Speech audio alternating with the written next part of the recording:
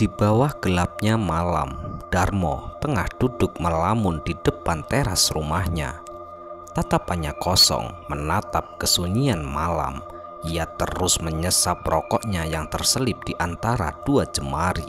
Gumpalan asap putih pun mulai mengepul ke arah atas, dan raut wajahnya menampakkan kegelisahan, kekhawatiran, dan juga ketakutan akan kehidupan di masa yang akan datang. Ya, Darmo, seorang pria berusia 35 tahun, seorang kepala keluarga yang bertanggung jawab memikul beban keluarga. Ia memiliki dua orang anak. Anak pertama bersekolah di sekolah menengah pertama, sedangkan anak yang terakhir masih duduk di bangku sekolah dasar. Awalnya keluarga mereka baik-baik saja. Akan tetapi 1 tahun terakhir ini ia sedang menghadapi masalah dalam keluarganya. Ya, Darmo mengalami kebangkrutan usaha yang sedari awal sudah ia jalani. Dan pada saat itu Darmo pun salah mengambil langkah. Ia pun harus terbelit akan hutang yang menambah kehancuran usahanya. Akibat itulah Darmo mulai sering melamun. Ia terus mencari jalan keluar dari masalahnya itu. Malam pun semakin larut, angin mulai berhembus dengan kencang. Rintik-rintik air hujan pun mulai turun. Kilatan petir mulai menampakkan cahayanya yang saling bersambaran. Darmo masih saja duduk termenung hingga tak terasa 1 gelas kopi hitam dan 4 batang rokok telah ia habiskan. Dan pada saat itu, tiba-tiba saja di dalam lamunannya, Darmo mulai terbesit akan sebuah ide. Ya, ide meminjam modal lagi atau bekerja sama dengan cara bagi hasil dengan salah satu rekannya sewaktu muda dulu. Ya, Leman nama sahabatnya yang kini telah berhasil mengelola sebuah usaha dan tinggal di sebuah kota. Lalu Darmo pun langsung mengambil sebuah handphone yang ia letakkan di atas meja di sampingnya. Scroll demi scroll ia lakukan untuk mencari kontak Leman. Hingga akhirnya Darmo pun dengan penuh rasa harap ia langsung menelpon Leman. Tak berselang lama terdengar suara bising di balik HP itu, lalu terdengar ucapan salam. "Assalamualaikum," ucap seorang pria, lalu disusul jawaban salam dari Darmo. Dan benar saja dugaan Darmo, Leman akan menerima baik teleponnya itu. Obrolan demi obrolan pun mulai mereka lakukan. Raut wajah Darmo mulai nampak sumringah. Darmo mulai membuka obrolan seriusnya dengan diawali bertanya pekerjaan, hingga akhirnya Darmo pun mengutarakan semua maksud dan tujuannya. Namun siapa sangka Leman sangat setuju akan susulannya itu. Ia pun bersedia bekerja sama dengan sistem bagi hasil, di mana Leman sebagai pemodal dan Darmo sebagai pengelola. Sebuah usaha kuliner telah mereka sepakati untuk mereka buka. Namun Leman meminta Darmo untuk terlebih berkunjung ke rumahnya. Darmo pun menerima dengan senang hati. Keesokan harinya, Darmo langsung pergi menuju ke rumah Leman dengan jarak lumayan jauh, kurang lebih memakan waktu 4 jam lamanya perjalanan menggunakan sepeda motor.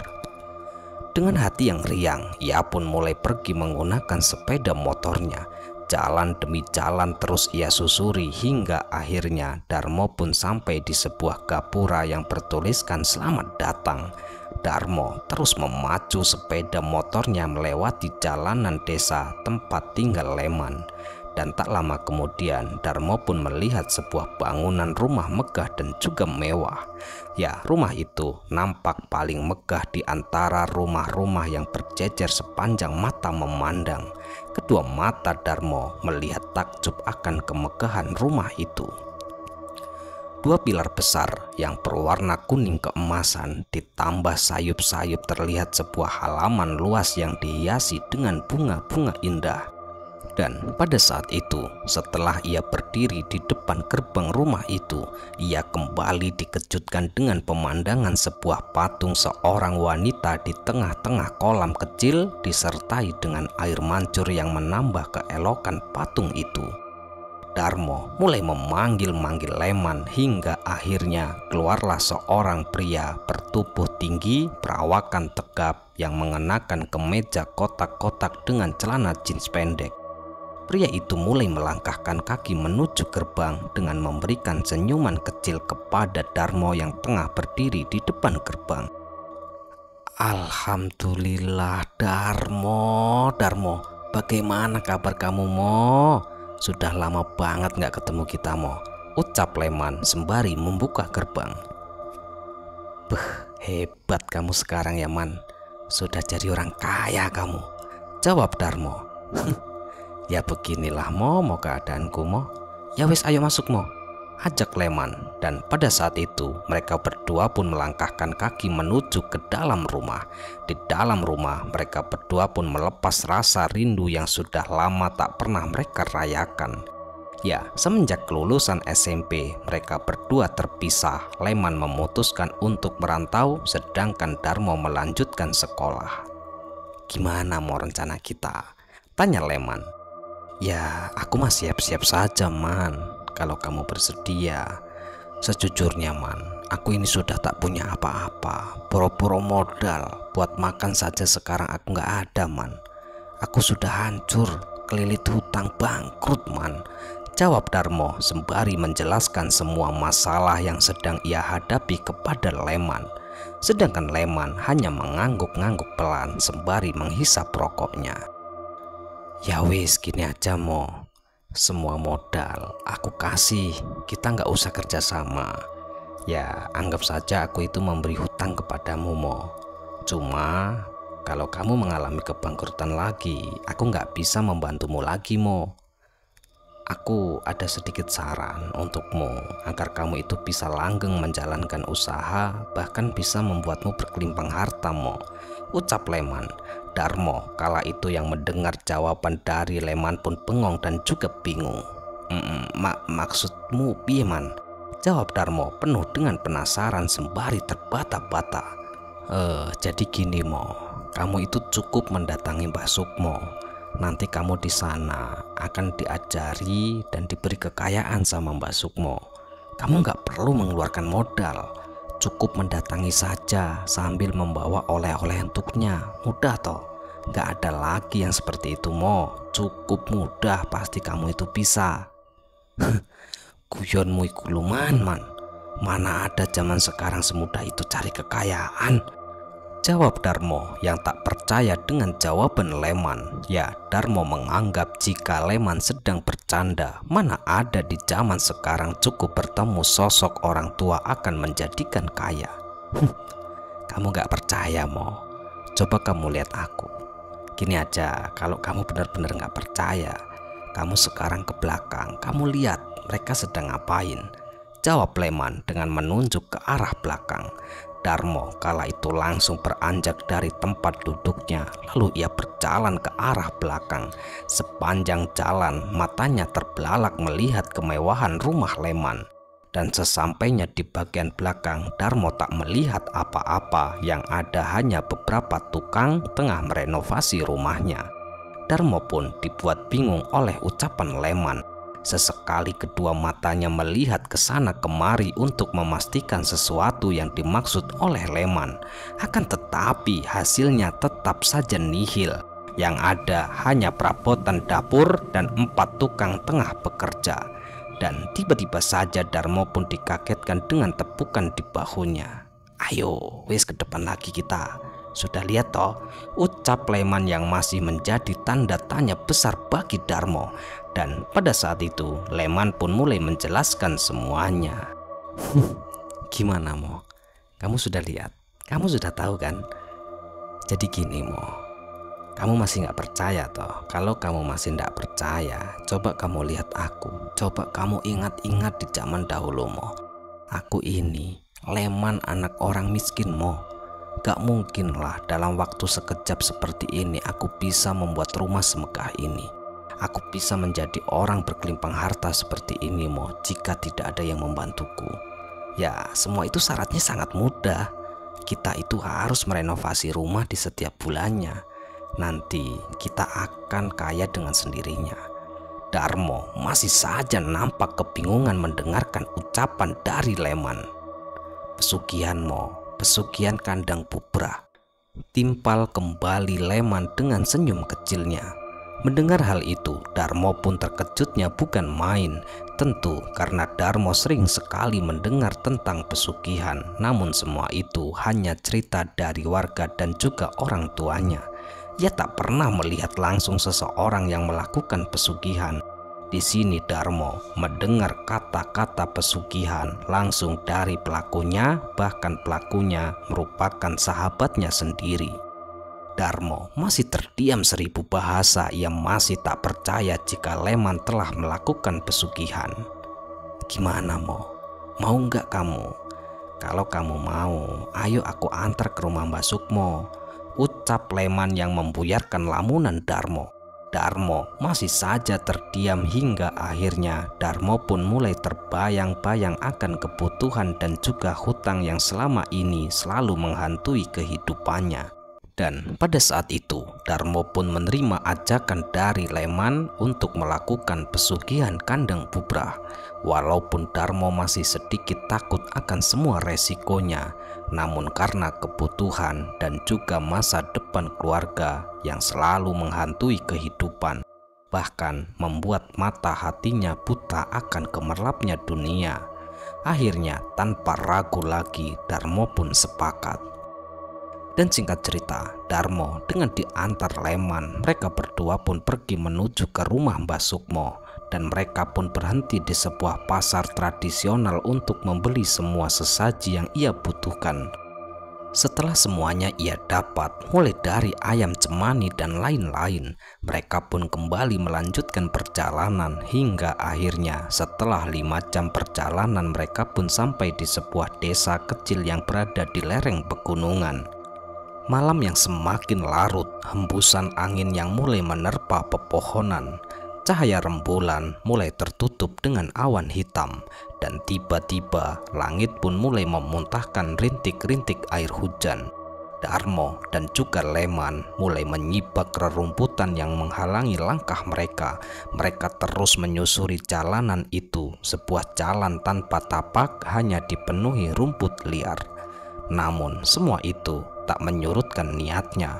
Darmo tak lagi menghiraukan air hujan. Ia terus menyusuri jalanan itu dengan Leman di posisi depan. Kilatan petir pun nampak terlihat dengan disusul suara dentuman petir yang menggema. Darmo dan juga Leman terus berjalan menyusuri semak belukar itu. Mereka terus menyusuri semak itu, dan tiba-tiba saja Darmo kala itu melihat sekelebat bayangan yang tengah berjalan di antara pepohonan yang berada di sampingnya. Darmo menghentikan langkahnya. Man, aku takut, Man." "Walah Mo, Darmo, setan aja takut. Hal biasa seperti itu. Itu hanya cobaan. Ayo terus, sebentar lagi kita sampai," jawab Leman berusaha menenangkan Darmo. Akan tetapi Darmo mulai diselimuti rasa takut dan ia mulai terbesit ingin membatalkan semua ini. Namun Leman tetap meyakinkan Darmo hingga akhirnya Darmo pun kembali melanjutkan perjalanan dengan harapan ritual malam ini bisa Darmo lakukan dengan baik. Rasa takut belum sempat hilang, tiba-tiba saja Darmo kala itu dikejutkan kembali dengan sesosok mengerikan bermata merah menyala tengah berdiri mematung di balik pohon yang berada di depannya. Sosok itu terus menatap tajam ke arah Darmo, dan tiba-tiba saja petir pun menyambar. Cahaya kilat itu pun menyorot ke arah sosok itu. Darmo sangat ketakutan kala melihat sesosok itu, mata merah menyala. Sosok itu menyeringai dengan gigi runcingnya yang seakan-akan siap memangsa Darmo kapanpun. Darmo terdiam mematung, seluruh tubuhnya gemetar. "Man, ayo pulang, Man," ucap Darmo dengan tubuh gemetar. Akan tetapi Leman tak sedikit pun merasa takut, bahkan ia terus mengajak Darmo, ia terus menarik Darmo. Dengan keadaan kaki gemetar, Darmo pun terjatuh. Leman menggendong Darmo. Sepanjang perjalanan Darmo selalu dihantui sesosok yang sangat mengerikan. Tak henti-hentinya ia melihat sesosok yang selalu mengintainya. Pocong, Gendruwo, sosok-sosok demit-demit lainnya pun ikut serta meramaikan malam itu yang membuat Darmo ketakutan setengah mati. Darmo dengan digendong Leman, mereka terus menyibak jalanan itu. Sepanjang mata memandang yang hanya bisa Darmo lihat hanya pohon-pohon besar dan juga rumput liar. Tak ada penerangan pun kecuali senter yang mereka bawa. Hingga akhirnya setelah 2 jam mereka berjalan, Leman pun berhenti di bawah pohon besar lalu menurunkan Darmo. Peluh telah membanjiri sekujur tubuh Leman, sedangkan Darmo masih saja terkulai lemas. Sekujur tubuhnya masih saja bergetar hebat. "Mo, kamu lihat ke sana, Mo," ucap Leman dengan menunjukkan jarinya ke arah samping. Darmo kala itu spontan melihat ke arah jari Leman, dan pada saat itu Darmo pun melihat sebuah gubuk kecil yang berdiri di tengah-tengah hutan. Awalnya Darmo mengira jika gubuk itu hanya dipergunakan oleh para warga untuk beristirahat ketika mereka sedang berkebun. Akan tetapi sesaat kemudian Darmo melihat sesosok kakek tua tengah berdiri di depan gubuk itu. Darmo melihat dengan jelas sosok itu berdiri mengenakan tongkat dan sedikit membungkuk. "Nah, itu Mbah Sukmo." "Ia itu sudah tahu kalau kita mau datang, makanya Mbah Sukmo menyambut kita, Mo," jawab Leman.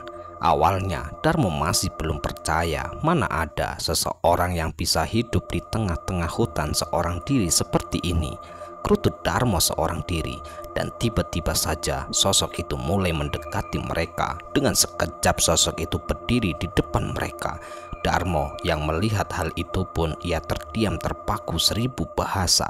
Setelah sosok itu berada di depannya, nampak dengan jelas sosok Mbah Sukmo, seorang kakek tua bermuka keriput, mengenakan sarung, telanjang dada sembari membawa tongkat.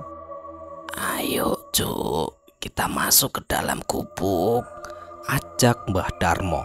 Tanpa basa-basi, Leman pun kembali menggendong Darmo yang masih terkulai lemas. Sesampainya di dalam gubuk, Darmo pun kembali disenderkan di sebuah kayu penopang gubuk itu. Tak berselang lama, Mbah Sukmo kembali duduk sembari membawa 1 gentong kecil dan 1 nampan yang berisikan 2 piring yang terbuat dari bambu. "Aku sudah tahu tujuanmu ke sini, Cuk. Kamu ingin menjadi orang kaya, kan? Syaratnya itu cukup mudah. Kamu cukup bersemedi di gubuk ini selama 3 hari, Cuk. Setelah kamu selesai semedi, kamu itu harus merenovasi rumahmu setiap bulannya agar semua usahamu diperlancar. Jika tidak, maka kamu akan kesulitan. Hehehe. Jangan khawatir. Pesugihan ini namanya pesugihan kandang bubrah. Ini tak membutuhkan tumbal. Cukup mudah, Cuk." Mendengar hal itu, keadaan Darmo mulai membaik. Ia mulai bisa mengangkat tubuhnya. Lalu ia mendekat ke arah Mbah Darmo. "Ingat, Cuk, Mbah gak minta apa-apa kepadamu. Mbah hanya minta kepadamu setelah kamu mati nanti, kamu ikut aku menemani Mbah di sini." Tanpa basa-basi, Darmo pun siap menjalani semua itu. Ia tak memiliki prasangka apapun. Ia menganggap semua ini cukup mudah. Ya, walaupun ia sedikit tak percaya dengan cukup bersemedi dan membangun rumah bisa membuatnya kaya, namun Darmo tetap melakukan dengan harapan dengan jalan ini ia bisa kembali berkecukupan. "Kalau kamu sudah siap, kamu bisa bersemedi malam ini, Cuk, sendirian di dalam sini. Aku bersama Leman akan menunggumu di luaran sana. Hehehe. Ingat, Cuk, kamu harus berhasil," ucap Mbah Sukmo lalu pergi bersama Leman menuju ke depan gubuk. Darmo mulai mempersiapkan sesajinya. Darmo pun mulai menyulut 3 dupa yang telah ia bawa. Sesaat kemudian Darmo mulai duduk bersila sembari merafalkan mantra-mantra yang telah diberikan oleh Mbah Darmo. Waktu demi waktu terus berlalu begitu saja. Darmo belum menemui keanehan sedikit pun selama semedi. Tanpa ia sengaja, tiba-tiba kala itu ia menatap ke arah sekeliling tembok gubuk itu. Darmo pun terkejut, ternyata tembok gubuk itu terbuat dari kulit manusia. Ia terus melihat dengan seksama. Di sini Darmo mulai bergidik ngeri, tak hanya kulit manusia, bahkan banyak pula sebongkah bangkai manusia yang telah berbentuk gepeng melekat di setiap sudut gubuk itu. Awalnya Darmo mengira jika gubuk itu adalah gubuk biasa yang terbuat dari kayu, namun ternyata bukan sekedar gubuk biasa, sebuah gubuk misterius yang berdindingkan bangkai manusia. Ya, gubuk itu memang diperuntukkan oleh Mbah Sukmo untuk mengabadikan para tumbal pesugihannya. Sedangkan Leman di luaran sana, ia duduk di bawah pohon sembari menatap ke arah gubuk itu. Sesekali ia tersenyum sinis, ia terus menatap seakan-akan ia menyembunyikan sesuatu. Darmo terus bersemedi, ia tak menghiraukan bentuk gubuk itu. Yang ia pikirkan bagaimana ia bisa melewati semedi ini lalu menjadi orang kaya. Akan tetapi tak semudah itu. Dan disinilah gangguan demi gangguan mulai berdatangan. Dan tiba-tiba saja Darmo kala itu melihat sekelebat bayangan berlarian di depan dan juga belakang. Darmo tetap dalam posisinya, ia terus melafalkan mantra-mantra. Sekelebat bayangan itu masih saja ada. Spontan kedua mata Darmo pun menatap ke arah sosok itu, namun ia tak melihat apapun. Belum sempat ia memalingkan pandangannya, lagi dan lagi tiba-tiba saja sesosok tinggi besar berdiri di sudut gubuk itu. Sosok itu sangat mengerikan, bertubuh besar, berwarna hitam pekat, bahkan seluruh tubuhnya dipenuhi dengan bulu-bulu hitam. Kedua mata sosok itu berbinar menatap ke arah Darmo dengan bola mata menyala-nyala. Sosok itu terus menatap tajam ke arahnya. Dan sesekali sosok itu menyeringai, menampakkan taring-taring yang sangat mengerikan.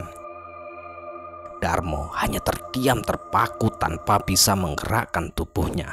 Darmo pun sekuat tenaga untuk menggerakkan kakinya, namun ia tak mampu. Seakan-akan sekujur tubuhnya telah kaku. Darmo hanya bisa pasrah, mulutnya terdiam tanpa bergeming. Sosok itu masih saja menatap ke arahnya.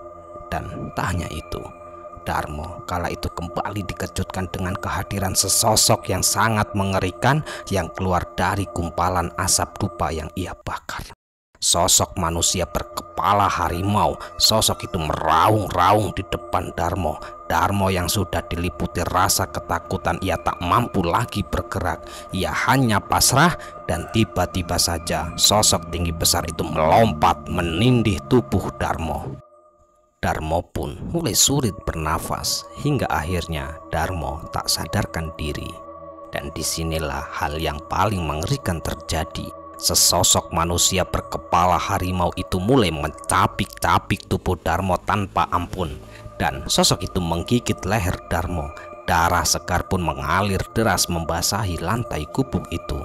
Dan pada saat itu, sosok itu pun meminum darah segar yang keluar dari tubuhnya. Sesekali meraung, menyeringai dengan taring panjang yang dilumuri darah Darmo.